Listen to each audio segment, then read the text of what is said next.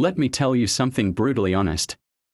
If you think God is going to drop millions into your lap just because you prayed with fire, fasted for 40 days, or sowed a seed to some shady prophet online, you might as well be waiting for rain in the desert with a bucket and no clouds in sight. See, divine wealth doesn't come because you shouted Amen louder than your neighbor. It comes with preparation, with signs, with divine fingerprints all over your journey. God doesn't give wealth as a trophy. He gives it as a tool, a test, a trust. And before the gold falls, He checks if your character can carry the weight without sinking your soul. In this video, I'm going to walk you through 10 powerful signs that God may be preparing to bless you with wealth. And not just the have a good weekend type of money, but legacy-changing, generation-shifting, kingdom-impacting abundance. Each point will punch. Each truth will stretch you. And by the end, you won't just pray for wealth, you'll prepare for it. Let's dive in. Point 1. You are being tested with little, and you're passing the test silently. Let me say it loud for the people in the back. If you mishandle little, God won't trust you with much. Luke 16 verse 10 NIV says it clearly. Whoever can be trusted with very little can also be trusted with much. And whoever is dishonest with very little will also be dishonest with much. Now pause. Think. Are you the type who borrows 1,000 Kenyan shillings and never pays back, but still fasts for financial breakthrough? Are you the type who eats the tithe, robs God, but prays for divine increase? Wealth begins with management, not miracles.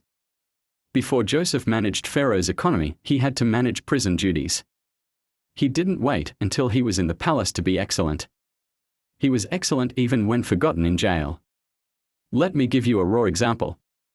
There's a woman I know who earned less than $100 a month. But every single coin had a plan. She saved.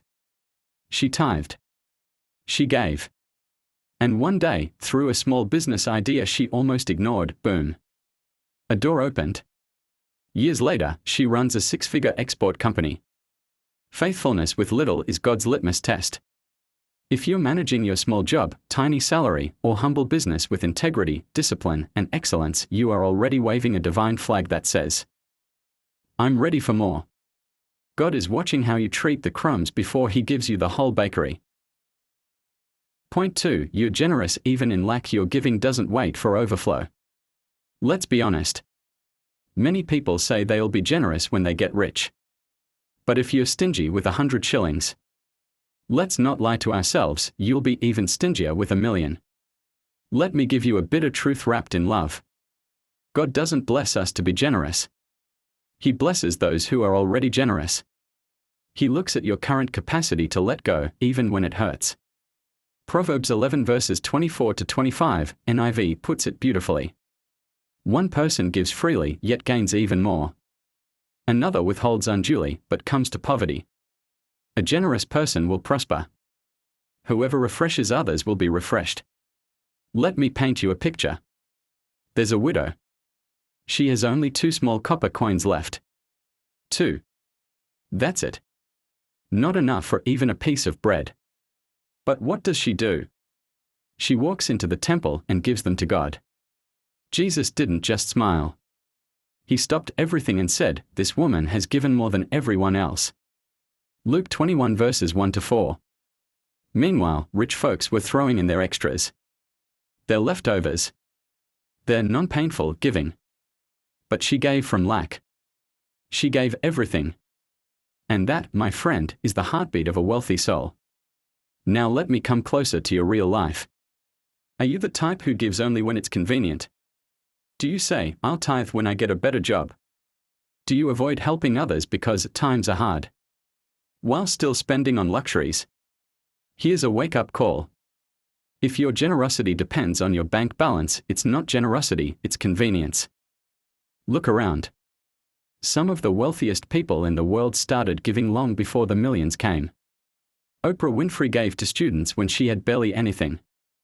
Tyler Perry housed homeless people when he was still living in a car. Biblical Boaz was a rich man. But his wealth increased because of how he treated the poor, allowing Ruth to glean freely in his field. God watches how you treat others when you're still bleeding. He observes whether you can be a stream, not a dam, even when you feel dry. He wants to see if you can pour out when it doesn't make mathematical sense. And the moment he confirms that your heart is detached from greed, boom, the dam of blessings begins to overflow. Malachi 3 verse 10 doesn't just say, "Tithe and I will bless you." It says, "I will open the windows of heaven and pour out so much blessing you won't have room for it." But the key is, you move first. So, if lately you've been giving quietly, generously, and from a place of not enough, don't you dare think God hasn't noticed.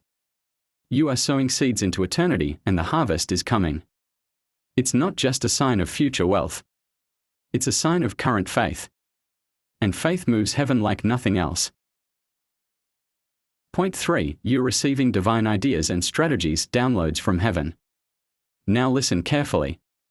Before money ever shows up in your account, before you build that business, before you sign that deal, God often gives you an idea. Not cash. Not a fat check. Not a rich uncle. But a spark. A whisper. A concept that won't leave your spirit alone. Deuteronomy 8 verse 18 NIV says, "But remember the Lord your God, for it is He who gives you the ability to produce wealth." Did you catch that? He doesn't necessarily give you wealth straight away. He gives you the ability to create it. That ability often comes in the form of strategies, visions, and instructions that make no sense to the natural eye. Let me take you to the Bible. Noah was told to build a ship in the middle of dry land. People laughed. But that crazy idea became the world's greatest survival strategy. Joseph interpreted Pharaoh's dream, and instantly, God gave him an economic strategy that saved Egypt from a 7-year famine. That single idea moved him from prison to prime minister in a heartbeat. Jacob was working for a tricky boss, Laban, who kept changing his wages. But God gave Jacob a strange idea. Involving striped sticks and mating sheep, Genesis 30. Sounds wild, right? But boom. Suddenly, Jacob's livestock multiplied. He left with more wealth than the man who had oppressed him for years. Here's what I'm telling you. You may not have the money yet. But if you've been receiving clear, innovative, strategic ideas, you're already wealthy in seed form. God is not in the business of throwing money from the skies. He gives visions that birth provision. A business idea that keeps resurfacing every time you pray. A burden to solve a problem in society that no one else seems to see. A unique gifting, writing, teaching, farming, designing, mentoring, that you keep pushing aside because it doesn't look profitable yet. Let me challenge you. What if what you keep ignoring as just a thought is heaven screaming? That's the goldmine I gave you. Look, even in the world of tech, how did Facebook, Amazon, Apple, and Tesla begin? With an idea. A crazy, unshaped, doubted idea. But someone believed in it. They worked it. Grew it. Sacrificed for it. You want God to bless you with millions? He's already started. That burning idea in your chest. That's Him speaking. That plan that keeps you up at night. That's Him preparing you for wealth. And here's the kicker. Ideas from God don't just create income. They create impact. They feed the hungry. Solve real problems. Elevate people. Advance the kingdom. If you've been receiving these divine downloads lately, stop brushing them off. They are not just thoughts. They are treasures. And if you treat them with reverence and action, wealth will chase you like mercy and goodness chased David. Point 4. Doors are opening without struggle. Divine favor in action.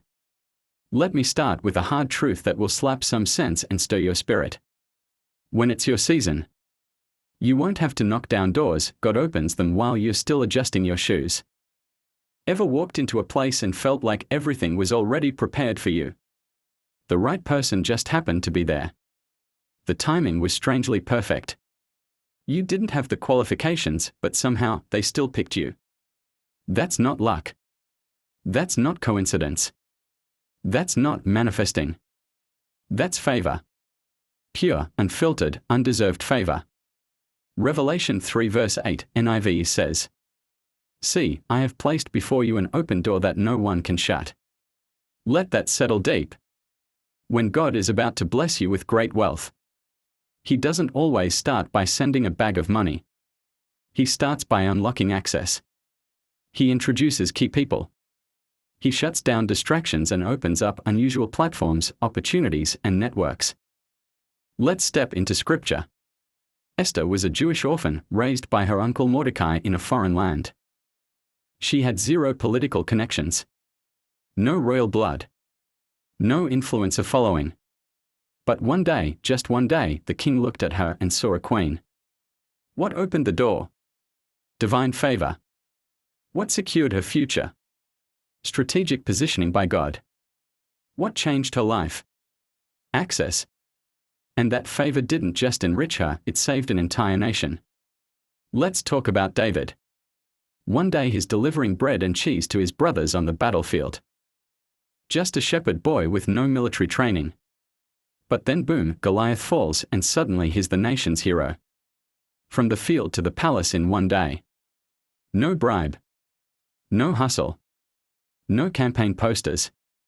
Just a divine setup. My friend, when you begin to experience effortless elevation, know that something heavy is brewing in the spiritual realm. Have you ever had things just work out and you couldn't explain how? Did a stranger ever recommend you to someone powerful without you even applying? Did a client, investor, or mentor show up at just the right time, when you were about to give up? That's not normal. That's favor. And it's one of the boldest signs that God is preparing to entrust you with wealth. But let me warn you, this kind of favor is not just for comfort. It's for assignment. God doesn't open doors so you can just flex on Instagram and drink juice on a yacht. He opens them so you can walk in and shift atmospheres. Be a light.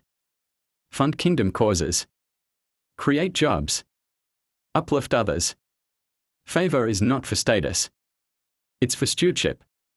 Now here's something wild. When favor begins to manifest, jealousy follows closely. People will say, "Who does she think she is? How did he get that deal? It must be connections or witchcraft." Ignore the noise. Focus on the mission. Because when God opens a door, even the haters become unintentional ushers. They announce you while trying to pull you down. So if right now, things are aligning without effort, strategic helpers are emerging. You're receiving invitations you didn't ask for. And you feel like you're standing in the right place at the right time again and again. Don't doubt it. Don't sabotage it. Don't apologize for it. That's not you being lucky. That's God saying, "I'm setting the stage. Get ready for more." Point 5. Your character is being refined. God is polishing you before promoting you. Let's be honest. It's easy to handle poverty with humility. Because there's not much to boast about when you're broke, right? But can you handle wealth without becoming a walking billboard of pride, arrogance, and spiritual blindness? Here's a powerful principle. God would rather delay your wealth than watch it destroy your soul. Psalm 66 verses 10 to 12, NIV says, "For you, God, tested us. You refined us like silver. We went through fire and water, but you brought us to a place of abundance." Read that again. He didn't say a place of survival or a place of struggle. He said a place of abundance. But before that abundance came, what happened? Fire. Testing. Refining.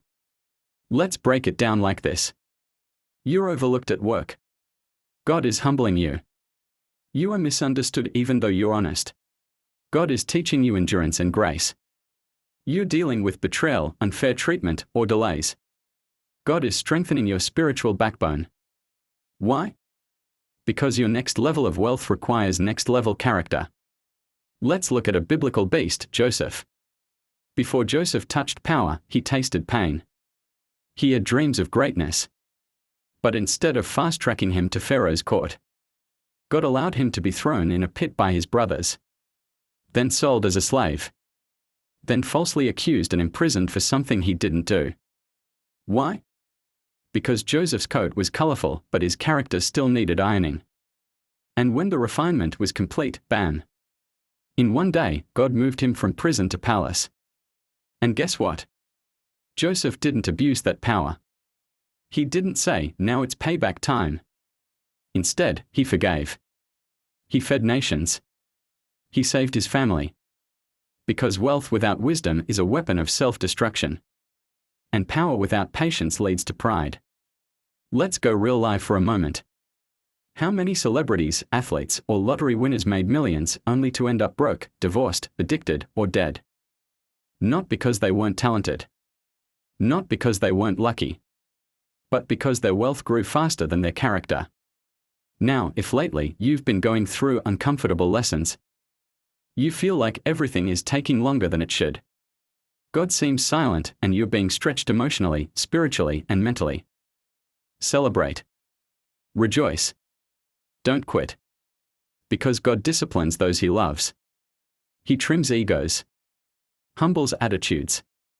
Breaks pride. Dismantles entitlement. So that when the money comes, the man or woman who receives it doesn't crumble under it. Let me leave you with this. Diamonds don't form in daylight. They form under pressure. And God's refining pressure isn't punishment. It's proof that something valuable is forming. So if God is pruning you, stretching you, correcting you, don't resist it. Because what is doing in you is bigger than what is preparing for you.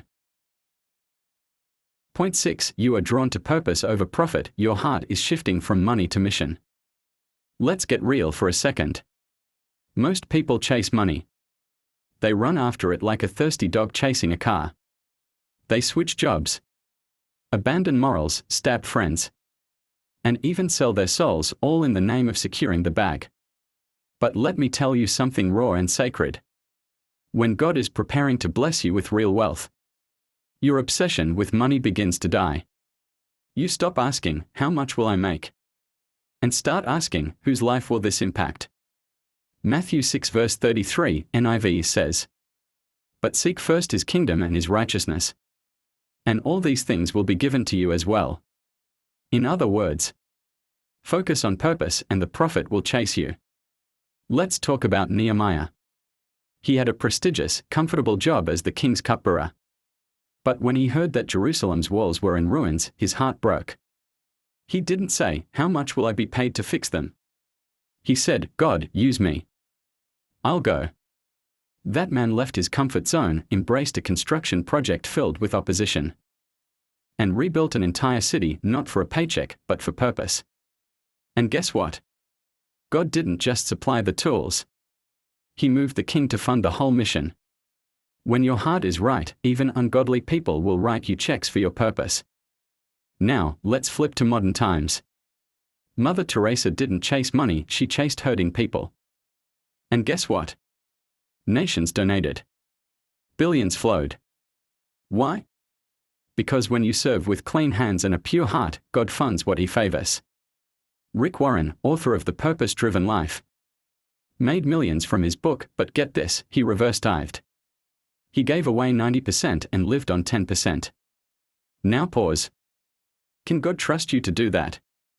Can He trust you to use wealth to heal, not just to flex? This is the test. When your heart starts shifting from chasing likes to chasing lives, from building an empire to building the kingdom, from what can I gain to whom can I bless? That's not a motivational shift. That's a divine alignment. Let me expose the world's deception. They say, follow your passion and the money will come. But the kingdom says, follow your purpose and eternal wealth will overflow. Big difference. Passion can be selfish. Purpose is sacrificial. Passion says, make me rich. Purpose says, make me useful. And ironically, the ones who pursue usefulness end up managing the richest vineyards. So if right now you've started thinking beyond your own needs, you feel called to serve, create, give, teach, heal, build, not for applause, but for assignment. You're becoming less materialistic, more mission-minded. That's not just spiritual growth. That's preparation for wealth. Because God does not anoint greed. He funds vision.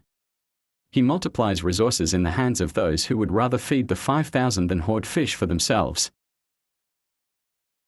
Point 7. You are being trusted with small things first. Heaven is testing your stewardship. Here's a question that will slap your ambition right across the face. Why would God give you millions if you're mismanaging hundreds? Let that sit for a moment. Everyone wants the promotion. Everyone wants the breakthrough. Everyone wants financial overflow. But here's the hard truth. God doesn't promote based on emotion. He promotes based on stewardship. Luke 16 verse 10, NIV says, "Whoever can be trusted with very little can also be trusted with much." Boom. It's not about the amount in your hand, it's about your attitude toward it. Let me break it down. You're praying for a new car, but you treat your old one like a garbage bin on wheels. You want to own a mansion, but can't even clean your rented single room. You're asking God to bless your business with capital, but you eat through every coin instead of budgeting or saving. And you think heaven isn't watching. God is observing every little move. Because how you handle the small is a preview of what you do with the big. Let's hit the scriptures. David was trusted with sheep before he was trusted with soldiers. He didn't treat that role as beneath him. When a lion or bear came to attack his sheep, he risked his life for sheep. And God said, "If you can risk your life for sheep, I can trust you to lead Israel." Elisha was a farmer. He was found plowing oxen. But when Elijah threw his mantle on him, Elisha didn't hesitate. He didn't say, "Let me first see the paycheck or the glam." He sacrificed what he had and followed, because he was already faithful with what was in his hands. Even Jesus, the Son of God, started in a carpenter's workshop. Before feeding thousands, before raising the dead, before preaching on hillsides, he was faithful in obscurity. And when the time was right, boom. Heavenly promotion. Let me go deep with this truth. Wealth is not just a blessing, it's a trust.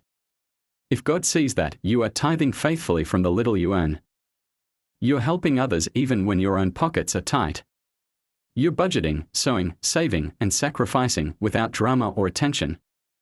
Then heaven says, "Now that is someone I can trust with more." Wealth exposes the real you. If you're selfish, it amplifies it. If you're generous, it expands it. If you're careless, it magnifies it. So God tests us with the little not to deprive us, but to prepare us. He wants to make sure you can say no to impulse. Say yes to delayed gratification. Manage your emotions. Honor your obligations. Stay grateful even when it's not glamorous. Because here's the principle. What you do with a seed determines whether you'll ever hold a harvest. So if lately you've found yourself being challenged to manage better, called to account for small decisions, confronted about your habits with money, time, energy, and priorities, then congratulations. You're in wealth training. And if you pass the test of the little, you'll graduate into the overflow. Point 8. You're becoming a channel, not just a container. God blesses you to bless others. Listen closely. God doesn't pour wealth into people just to store it, He pours it into them so it can flow through them. Genesis 12 verse 2, NIV, God tells Abraham, "I will bless you, and you will be a blessing." Read that again, slowly. "I will bless you, and you will be a blessing." That means, you're not just the destination of the blessing. You're the pipeline. You're the distribution center. You're the bank of heaven for the people around you. Let me paint a picture. There are two bodies of water in the Holy Land. The Sea of Galilee, which is fresh, full of life, fish, and flowing water. The Dead Sea, which is salty, stagnant, and lifeless. Both receive water from the same Jordan River. But what's the difference? The Sea of Galilee gives as it receives. The Dead Sea only takes, but never gives. Result: one is alive. The other is dead. That's exactly how people are with money. Some keep everything. Hoard everything. They clutch every coin like Gollum holding the ring. In the Lord of the Rings, my precious. And their soul starts to rot with greed, fear, and anxiety. But the ones who say, Lord, if you give it to me, you can spend it through me. Those are the people God makes into millionaires with impact. Let's go Bible. In 2 Kings 4, a widow was broke and about to lose her sons. Elisha told her to pour the little oil she had into jars.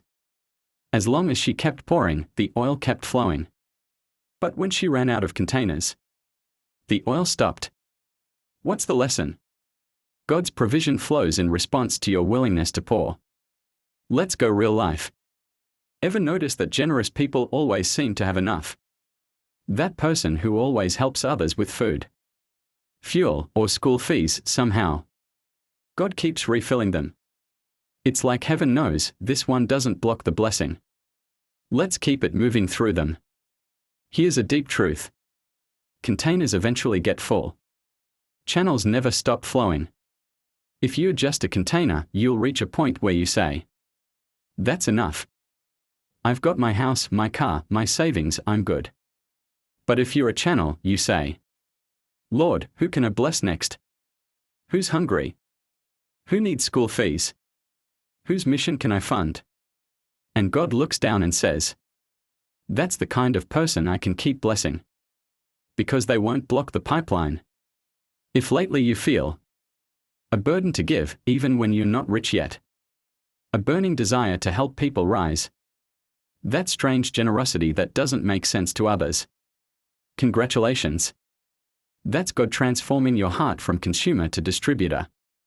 He's prepping you not just to be wealthy, but to be useful with wealth. He's trusting you with others' destinies. He's enlarging your spiritual wallet.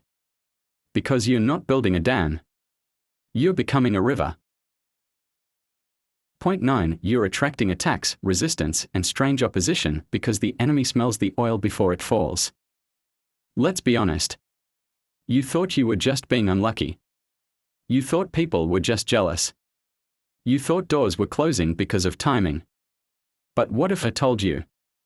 The warfare you're facing is actually spiritual evidence that heaven has placed a target on your destiny. Marked wealthy, anointed, and dangerous. You see, Satan doesn't attack people going nowhere. He's not worried about the lazy, the lukewarm, or the indifferent. He panics when you start aligning. He sends storms when you start growing. He unleashes people, confusion, delay, and drama the moment he senses the anointing is about to break forth. 1 Corinthians 16 verse 9, KJV, Paul said, For a great door and effectual is opened unto me. And there are many adversaries. Boom. Every great door attracts great devils. Every elevation comes with opposition. The warfare is often the confirmation. Let's take it biblical. Job was the wealthiest man in the East. But Satan accused him before God. Why? Because he had wealth, favor, and divine protection. The devil saw what Job had and what he represented and couldn't handle it. So he tried to shake his faith, steal his joy, wreck his family. But guess what? After the storm, God gave Job double for his trouble. Joseph dreamed of greatness, then all hell broke loose. Betrayed. Abandoned. Imprisoned. Why? Because his dream was a threat to the enemy. But that opposition was just the fast track to Pharaoh's palace. Let's flip it to real life. Have you ever suddenly lost friends when you started taking your purpose seriously? Faced resistance at work just when a promotion was near? Got hit with discouragement or spiritual attacks right after you started sowing, giving, or praying for your financial breakthrough? That's not coincidence. That's spiritual warfare. That's Satan smelling the oil. Before you get the blessing, he tries to get you to quit. But listen, my friend. The enemy attacks what he cannot control and fears what he cannot stop.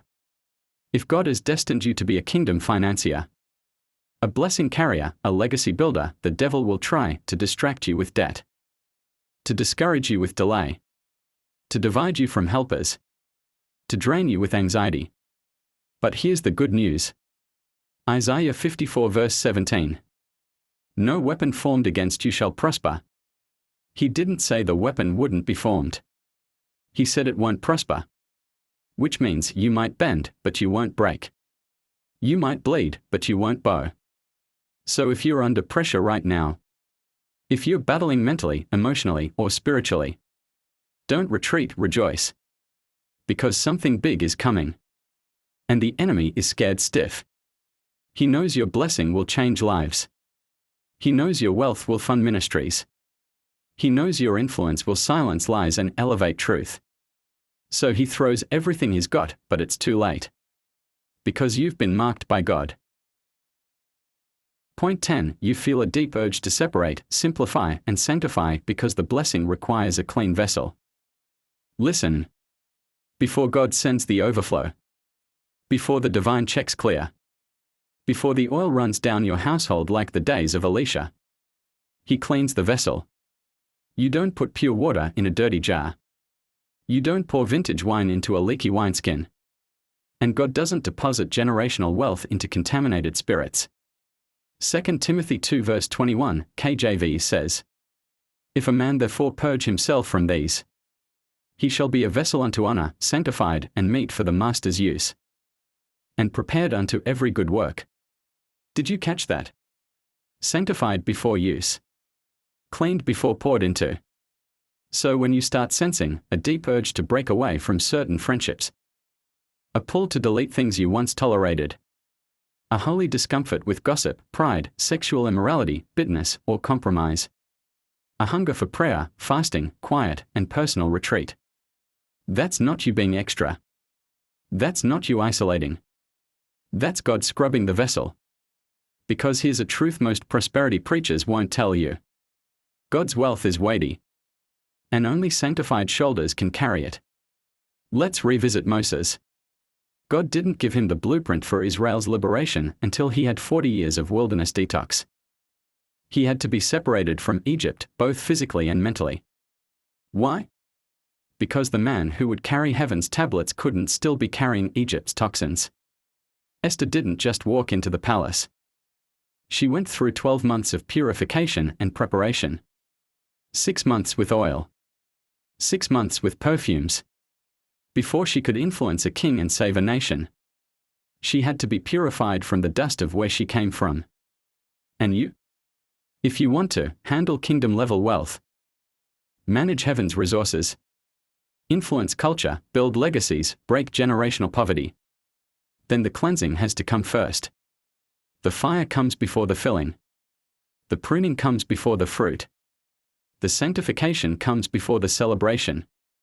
You will find yourself saying no to shortcuts, avoiding get-rich-quick scams, refusing to compromise your convictions just to rise, walking away from ungodly opportunities even if they promise millions.